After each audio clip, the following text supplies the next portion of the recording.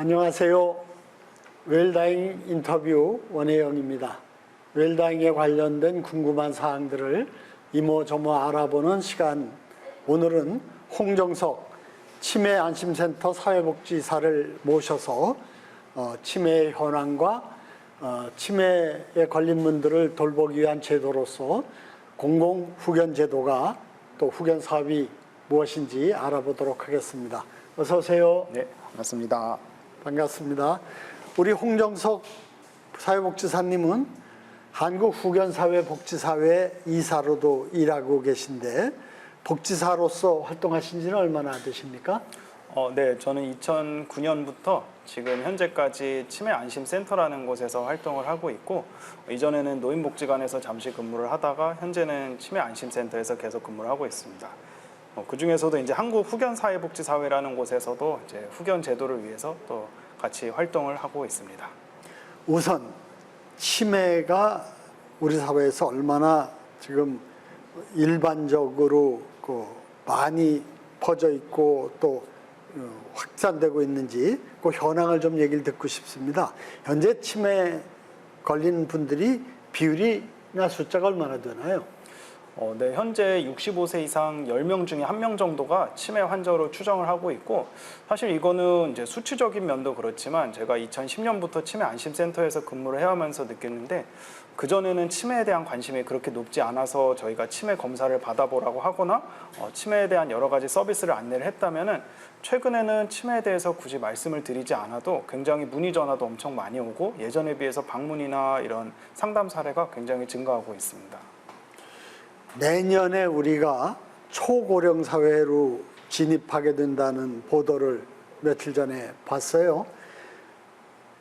전 인구의 20%, 그러니까 1,000만 명이 법정 노인이 되는 건데, 말씀하신 것처럼 그 1,000만 노인의 10%가 치매 질환을 앓는다는 게 통계적으로 나와 있죠. 맞습니다. 그러면은 이 치매 환자라는 분들이 범위가 어느 정도 제한이 된 겁니까? 약간의 치매 증상이 있어도 치매 환자라 그러는 겁니까? 아니면 일상적인 생활이 못해서 돌봄이 필요한, 심지어는 요양원이나 요양병원에 입원해야 될 사람으로 한정한 게 10%라는 건가요? 네, 맞습니다. 이게 일반 시민분들께서 굉장히 많이 질문을 해주시는 사항인데요. 치매라고 진단을 받은 사람이 전체 중증도에 상관없이 모두 65세 이상 10명 중에 1명인데, 통계에 따르면 그 중에 또 10명 중에 1명 중에서도 다시 10명 중에 7명 정도는 경증 치매 환자라고 합니다. 근데 이런 경증 치매 환자는 지역사회에서 약간의 도움만, 지역사회의 도움만 있다면 충분히 일상생활이나 보조가 필요한 정도로만 생활할 수가 있고, 그 나머지 분들이 이제 흔히 말하는 좀 더 도움이 많이 필요한 그런 분들이 중증 그 이상이라고 보시면 될 것 같습니다. 그러면 요양원, 요양병원에 입원하는 경우는 그 전체 중에, 그러니까 치매 환자 중에 30%에 해당되는 건가요? 네, 한 그 정도로 봐주시면 될 것 같습니다. 그 외에는 이제 경증 치매 환자라고 해갖고 뭐 가정이나 혹은 그 시설의 중간 정도에서 충분히 도움만 있다고 하면은 생활할 수 있다고 하는 통계가 있었습니다. 그러니까 그 경증도 지금 홍 이사님 말씀에 의하면은 돌봄이 어느 정도는 기본적으로 필요한 상태의 환자로 봐야 되겠네요. 네, 그런데 이제 약간의 도움이라고 하는 것은 뭐 예를 들어서 요양보호사님이 일주일에 뭐 이틀에서 5일 정도 와주신다고 하거나, 혹은 뭐 도시락이나 식사 이런 준비만 된다고 하면, 혹은 외출에 대한 약간의 도움만 된다고 하면은 또 충분히 일상생활이 가능할 수 있고, 또 그렇게 일상생활이 가능하신 분들이 굳이 시설이나 이런 데 입소하지 않을 수 있도록 또 하는 것이 지역사회 역할이기도 합니다. 네. 이 치매가 굉장히 광범위하게 지금 확산되고 있다는 건 다 아는데, 이것이 사회적으로 좀 심각한 문제라고 공통으로 인식되고 여기에 대한 어떤 정부의 대응 같은 게 나온 게 언제쯤, 어떤 정책이었나요?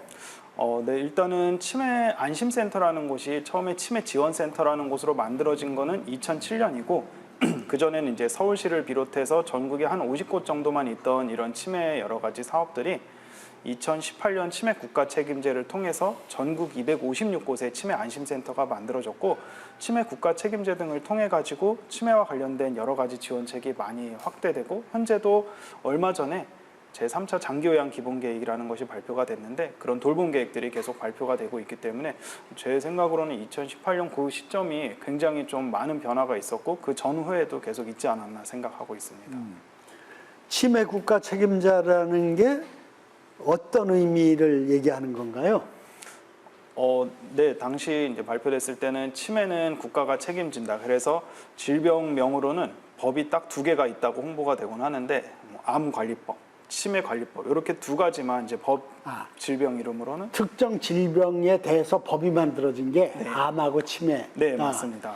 그 암과 치매가 사실 많은 국민들이 가장 걱정하는 것, 이 걸리면 어떡하나 하는 게 그 암과 치매죠. 그리고 근자에 조사된 걸 보면은 특히 나이 드신 분들에게는 암보다도 더 치매에 대한 걱정이 많이 있는데 네. 이걸 개인과 가정에만 맡겨놓을 일이 아니다. 사회가 책임지자 이런 뜻에서 치매 국가 책임제가 도입이 된 거네요. 맞습니다. 네, 네, 정확하십니다. 네.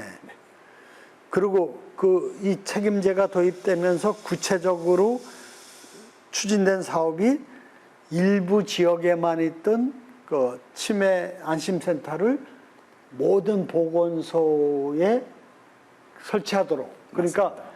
모든 보건소는 다 시군구에 있거든요. 네. 그러니까 모든 시군구에 치매 안심센터가 있는 거네요. 맞습니다. 그럼 내가 사는 동네 그 군이든 구든 시에서 치매에 대한 진단도 그렇고 치료도 그렇고 여러 가지 그 돌봄을 치매 안심센터에 가서 상담하고 도움을 받을 수가 있는 거네요. 네, 맞습니다. 치매 안심센터에서 여러 가지 사업을 하고 있는데 기본적으로는 치매에 대한 교육부터 그리고 제일 궁금해하시는 치매 검사 그리고 그에 대한 지원 그리고 진단을 받으신 이후에 또 일상생활이나 이런 거를 유지할 수 있도록 돌봄 서비스는 어느 곳에서 필요한지 그런 연결 서비스라든지 필요한 경우에는 이제 지역사회에서 자원봉사 단체로 연결해드리거나 돌봄기관으로 연결해드리고 하는 그런 매니지먼트 기능을 치매 안심센터에서 수행을 하고 있습니다. 치매 안심센터가 시군구별로 있다 그랬는데 현재 충분히 제 역할을 하고 있습니까? 아니면 좀 더 동네별로 이런 게 좀 촘촘히 분산돼서 많이 갈 필요가 있는 건가요? 그것보다는 현재 치매 안심센터에 여러 가지 서비스나 전문가들 확충 이런 게 필요한지 현황이 어떻습니까? 네, 치매 안심센터가 일단은 그 전에 없었던 곳에 이제 막 생긴 곳들은 사실 2018년에 만들어졌기 때문에 이제 막 정착되고 이제 막 활성화되는 단계고 서울 같은 경우는 2007년부터 만들어졌기 때문에 어느 정도 정착도 되고 인력도 전문화가 됐다고 생각을 합니다. 근데 이제 막 시작한 곳들은 전문 인력을 양성하는데 좀 더 중점을 두어야 되고 환자 발굴에 대한 여러 가지 지원 체계 부분도 계속 고민을 하고 있는 그런 상황입니다. 개인적으로는 치매 안심센터가 지금 좀 지역별로 여러 가지 편차도 있고 자원도 다 차이가 있기 때문에 앞으로 지금 치매 안심센터의 주 사업은 사례 관리라고 해서 개인별 맞춤 매니지먼트를 하는 맞춤형 이제 여러 가지 서비스를 안내해드리고 상담해드리고 그런 역할을 지금 확대하려고 하는데 그게 이제 치매 센터의 방향이 맞지 않을까 그렇게 생각하고 있습니다. 그 사례 관리된 게 어떻게 하는 건지 좀 사례를 들어서 말씀해 주시면 좋겠네요. 네, 알겠습니다.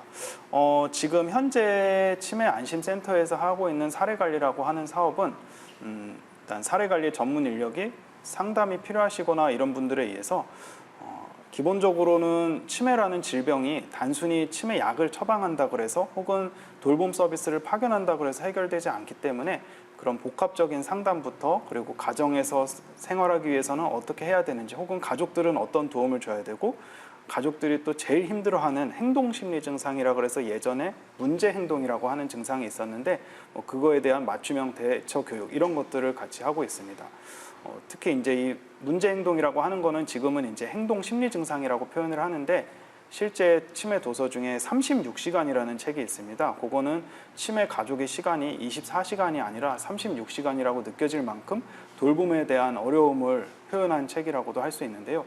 그 책에도 나와 있는 것처럼 치매 가족들은 돌봄에 대한 어려움을 굉장히 하고 있습니다. 그래서 이런 거에 대한 여러 가지 매니지먼트를 상담을 가족들이나 환자 그리고 지역사회에다가 그 개개인별 맞춤형으로 상담해주고 지원해주고 관계기관과 연결해준다든지 해서 치매 환자나 가족이 지역사회에서 행복하고 안전하게 살아갈 수 있도록 하는 게 사례관리이고 지금 현재 보건복지부가 추진하고 있는 치매가 있어도 행복하게 살 수 있는 마을, 그래서 치매 안심마을이라고 할 수 있겠습니다.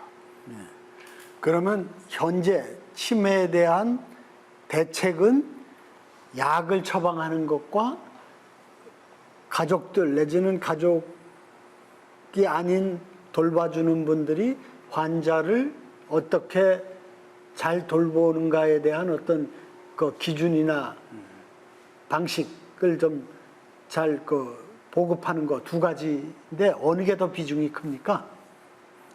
일단 치매 안심센터에서는 약을 처방해주지 않다 보니까 이제 치매로 처음 제일 필요한 거는 이제 치매로 정확하게 진단을 내릴 수 있도록 치매 안심센터에서 비용 지원이라든지 병원 연계 혹은 연결을 해드리고 있고 그렇게 정확한 진단을 받은 후에는 의료기관에서 계속 약을 드실 수 있도록 안내를 드리는 한편 치매 안심센터에서 직원은 의료인이 아니기 이제 간호사나 사회복지사, 작업치료사 이런 직군이다 보니까 그런 분들은 그 약을 드시면서 비약물 치료란 그런 교육도 해드리거나 혹은 생활할 수 있는 안전하게 생활할 수 있는 방법을 좀 교육을 해드리고 도움을 드리고 있습니다. 중점이 치매 환자를 어떻게 돌볼지 또 치매 환자가 어떤 생활 방식으로 자기 치매를 관리할지 이런 데 초점이 맞춰 있다는 거네요. 네, 맞습니다. 그러면 그 일반적으로 치매에 대해서는 특별한 약이 없다. 그런데 현황이 어떻습니까? 예방약 내지는 초기에 치매를 억제하거나 악화를 좀 느리게 하는 그런 기능이 있을 것 같은데 그 약이 어떤 것들이 있고 실제로 효과가 어느 정도 있다고 평가되고 있나요? 일단 많이 알려진 거는 치매 예방약과 치매 치료제 이렇게 이제 말씀드릴 수 있을 것 같습니다. 그래서 흔히 이제 치매 예방약이라고 하는 거는 여러 가지 아직 좀 이슈가 있기 때문에 그거는 좀 뭐 국정감사라든지 지금 이전에 좀 이슈가 있어가지고 그거는 이제 이 정도로 말씀드릴 수 있을 것 같고 필요하신 분들은 요즘에도 이제 치매 예방약 처방해 주세요 혹은 하는데 그거에 대한 정확한 내용들은 좀 더 다시 말씀드릴 수 있을 것 같습니다. 그리고 치매 치료제, 치매로 진단을 받았을 때는 병원에서 처방해 주는 약들이 보통 초반에 좀 더 효과가 있다고 알려져 있습니다. 그래서 저희 치매 안심센터에서도 치매 예방약을 먹는 것보다는 치매 예방약을 찾는 것보다는 1년에 한 번씩 치매 검사를 꼭 정기적으로 받으시고 그러니까 조기 진단하는 게 중요하다. 네. 그리고 치료가 필요할 경우에는 빨리 약을 먹고 또 지역사회에서 같이 생활할 수 있도록 하나씩 이제 찾아보자 이렇게 안내드리고 있습니다. 그러니까 예방약의 효과에 대해서는 여러 가지 아직 논란이 있지만 치료제에 대해서는 정도의 차이가 있지만 기본적으로 효과가 있다 이렇게 이제 공인돼 있는 거네요. 좀 더 세부적으로 말씀드리면은 완치를 목적으로 한다기보다는 증상을 완화시키는데 혹은 그 증상을 계속적으로 악화가 되지 않도록 하는 게 현재 나와 있는 치매약의 효과라고 하고 있습니다. 네. 저나 우리 주위 사람들도 치매에 대해서 두려움이 많은데 어떻습니까? 현재의 예방약이나 치료약의 상태에 비추어서 좀 빠른 시일 내에 보다 효과적인 그럼 제대로 된 예방약이나 치료제가 활용될 수 있는 가능성은 얼마나 크다고 전문가들이 보고 있나요? 뭐 요즘에도 뉴스에서 많이 관심 있는 분들은 보셨을 것 같아요. 이제 미국이나 이런 데서 제약회사에서 좀 새로운 치매약을 개발했다 이런 것들이 이제 나오고는 있는데 제가 치매 안심센터에서 근무하는 종사자로서 2010년부터 그냥 느끼기에는 그리고 어떻게 보면 한국과 가장 유사하다고 하는 일본을 봤을 때는 치매를 예방하는 거는 당연히 필요하지만 뭔가 약으로서 하는 거는 좀 더 이제 전문가인 제약회사나 그런 이제 의료진들이 열심히 개발해 주시면은 감사한 거고, 그게 안 되더라도 치매를 예방하지 못했더라도 절대 실패한 게, 그러니까 치매로 진단을 받았다 그래도 이 사람이 예방에 실패한 게 아니기 때문에 지역 사회에서 같이 이제 살아갈 수 있게 하는 방법이 가장 중요하다, 이렇게 말씀드릴 수 있을 것 같습니다. 이게 흔히 치매로 진단을 받았다 그러면은 내 자신이 뭔가 실패했다, 내가 무엇을 잘못해서 그런 거다, 뭐 그런 얘기들을 많이 굉장히 하고 자존감이 굉장히 낮아지고 실제 그거에 따른 자살 사고도 발생을 한다고 합니다.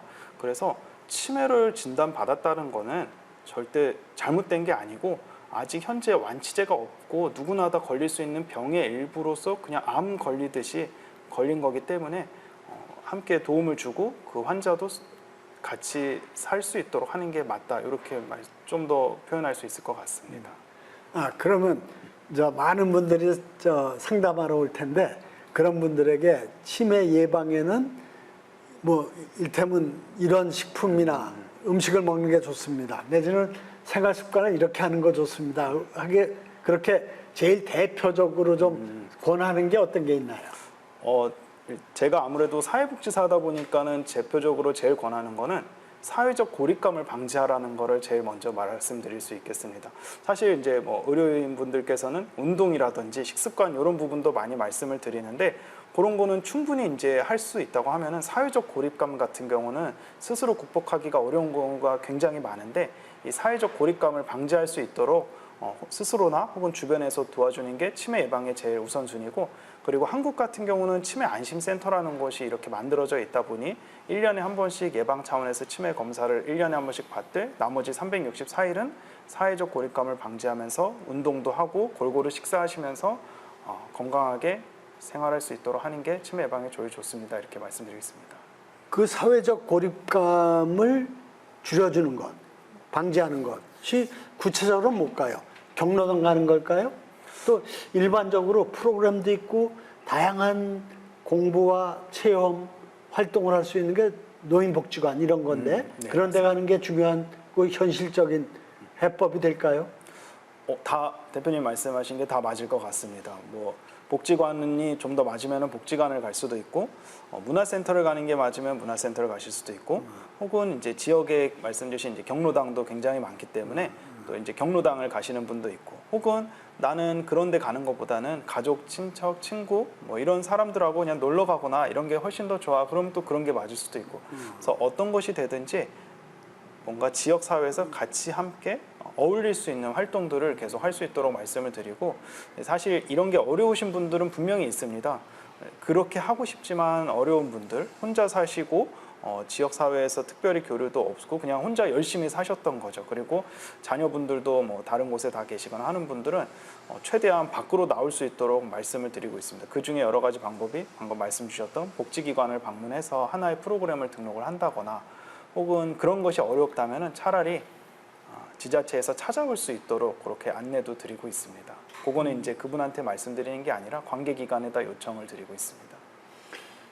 경로당이 제일 쉽게 나이 드신 분들이 찾아갈 수 있는 장소인데 또 나이 드신 분들이 계시니까 쉽게 어울릴 수도 있는데, 근데 많이 쉽게 접할 수 있다는 점은 좋은데 좀 프로그램이 그 무슨 문화센터라든가 노인복지관보다 좀 그 참여하고 배우고 또 즐길 수 있는 프로그램이 부족한 게 문제인데, 그렇습니까? 경로당 가서 보면은 어르신들이 이제 화투 열심히 치는데 화투가 치매 예방에 도움이 된다 안 된다 얘기 많이 하는데 그건 어떻게 보세요? 안 그래도 그 관련해서 이제 관련 전문가분들이 이런 말씀을 하세요. 화투를 치는 것은 나쁘지 않다, 굉장히 좋다. 왜냐하면 수를 계산하고 뭐 이제 돈을 딸 수 있을지 없을지 생각도 하고 뭐 이런 여러 가지를 한다면 손도 움직이고 다 좋은데, 대신 스트레스를 받는 순간 그거는 오히려 치매에 더 독이 될 수 있다. 스트레스는 독이 되고 내가 돈을 잃었다. 그렇게 해서 또 싸우고 감정관계, 인간관계 손상되고 이런 것보다는 행복하게 즐길 수 있는 건 좋은 거고, 또 하나 이게 너무 익숙한 나머지 이제 머릿속으로 숫자 계산이나 이런 게 너무 익숙해지면은 너무 익숙한 것보다는 뭔가 새로운 것을 배우는 것을 추천한다 이렇게 말씀하시는 거를 여러 강좌에서 저도 많이 보았습니다. 그런 점에서 새로운 것에 도전할 수 있는 다양한 기회가 많이 주어지는 게 중요한 것 같아요. 네. 어떤 분 얘기는 난 참 쉽고도 쓸모있다고 생각하는 게 밤낮 댕기는 길도 오른쪽으로 갔다 왼쪽으로 가는 게 익숙하면은 일부러 그 중에 몇 번은 반대로 왼쪽으로 갔다 오른쪽으로 돌아오고 네네. 좀 더 돌거나 뭐 그렇더라도 좀 같은 길도 그렇게 좀 새로운 경험으로 바뀔 수 있게끔 많은 변화를 시도하는 게 중요하다고 네. 얘기를 했는데 마찬가지 얘기인 것 같습니다. 네, 맞습니다. 치매가 걱정되는 분들이 그럼 우선해야 할 일이 치매 안심센터 가서 치매 검사를 받는 거겠죠? 네, 맞습니다. 그 다음에는 어떻게 해야 되나요? 일단 전국에 치매 안심센터가 있기 때문에 살고 계신 동네 혹은 가까운 곳에 치매 안심센터를 찾아가셔가지고 정확한 검사를 먼저 받도록 하는 게 가장 우선이고요. 그 검사를 통해서 매년 정기적인 관리를 하는 것이 가장 중요하다라고 말씀드리고 있습니다. 저희 치매 안심센터에서는 1년에 한 번씩 정기적으로 치매 검사 받도록 권장을 드리고 있기 때문에 매년 그렇게 검사를 받는 게 제일 좋고, 이제 간혹 치매에 대해서 이제 스스로 진단을 하시거나 혹은 가족분들이 진단을 하시는 경우가 있습니다. 가장 이제 제가 생각했을 때 실무자로서 위험하다, 이제 좋지 않다라고 생각하는 부분은 나는 치매가 아니야. 그래서 치매 검사를 받을 필요가 없어. 혹은 우리 조상 대대로 치매 환자는 없었어. 혹은 가족이 보셨을 때도 아니 뭐 길 잃어버리는 거는 나이가 들면은 누구나 다 길 잃어버리는 거 아니야 이렇게 말씀드리곤 하는데 그런 거보다는 예방 차원에서 1년에 한 번씩 치매 검사를 받는 것이 좋고, 이전에 비해서 치매와 관련된 전문 의사 선생님들이 굉장히 많아지지 않았나 생각을 합니다. 그래서 뭐 관련 협회도 많아지고 치매와 관련된 교육도 예전보다 좀 더 활성화됐기 때문에 꼭 치매 검사를 정기적으로 받도록 권장을 드리고 싶습니다.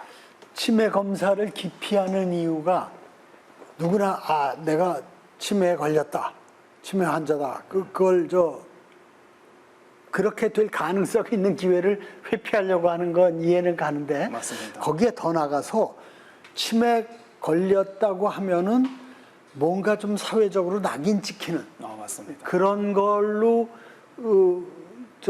염려해서 기피하는 경향이 있지 않나요? 실제로는 어떻습니까? 맞습니다. 실제 예전에 어느 곳에서 경로당에서 이제 치매 검사가 진행이 됐었는데 그 경로당의 회장님이 이 어르신이 어떠냐 이렇게 이제 검사 결과를 물어보셨다고 해요. 그래서 직원이 검사했는데 조금 치매가 의심이 돼서 보호자님한테 좀 연락을 드려야 될 것 같아요. 근데 보호자 연락처를 모른다고 하는데 혹시 회장님이 아시나요? 근데 회장님들은 그런 연락처를 다 파악하고 네, 있으니까 이렇게 해서 잘 끝난 줄 알았더니 회장님께서 우리 경로당은 치매 환자가 들어올 수 없습니다. 이렇게 해서 못 오게 하셨다고 해요. 그래서 보호자께서는 어르신이 정기적으로 그 어르신께서 경로당에 열심히 찾아가시고 치매가 있더라고 하더라도 거기서 잘 생활하시고 하나의 행복한 네트워크를 이루고 있었는데 그게 어느 순간 단절이 돼버린 거죠. 뭐 친구를 못 만나게 하는 게 될 수도 있고 내가 가는 곳을 갑자기 못 가게 하니까 어르신이 우울감에 빠지고 더 사회적 고립감이 생겨버려서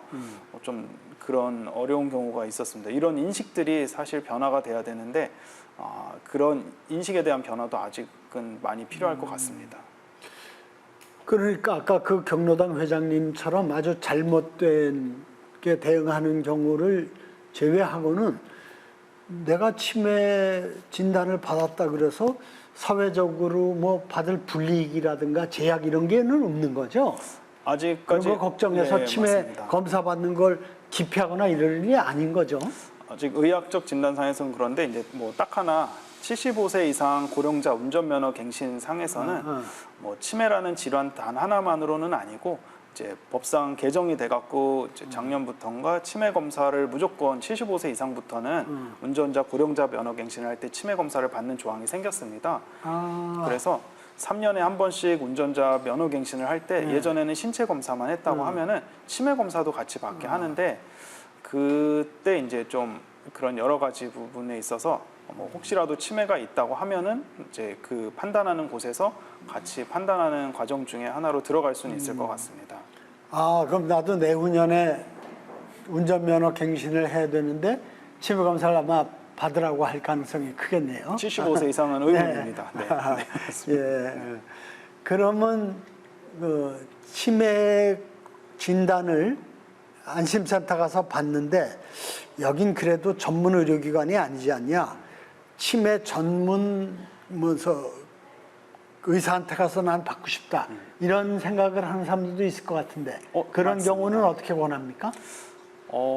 사실 뭐 판단일 수는 있는데 치매 안심센터 같은 경우도 의사가 상주하고 있지는 않습니다. 그래서 협약되어 있는 병원의 의사 선생님을 모셔고 저희는 그 비용에 대해서만 지원을 해드리는 거기 때문에 그 병원을 가서 검사를 받나 혹은 저희를 통해서 받나 의사는 같고 비용의 차이가 있다 이렇게 말씀을 드리고 있습니다. 그 비용을 치매 안심센터가 지원을 하는 겁니까? 맞습니다. 병원에 가서 하더라도? 그냥 스스로 병원에 가서 검사를 하는 경우에 지원을 하지는 않고 네. 저희를 통해서 저희가 이제 협력병원으로 안내했을 때만 해당 협력병원에 지원을 해드리고 있는데 네. 이제 뭐 예를 들어서 나는 특정 어떤 A 병원의 어떤 선생님한테 검사를 받고 싶어요 하는 경우는 지원이 될 수는 없지만 저희가 협력되어 있는 저희가 지자체마다 연계되어 있는 병원의 의사 혹은 병원에 가서 검사를 받는 경우에는 지원을 받으실 수 있습니다. 그래서 꼭 저희 치매 안심센터를 통해서 치매 검사를 받도록 그렇게 안내를 드리고 있습니다.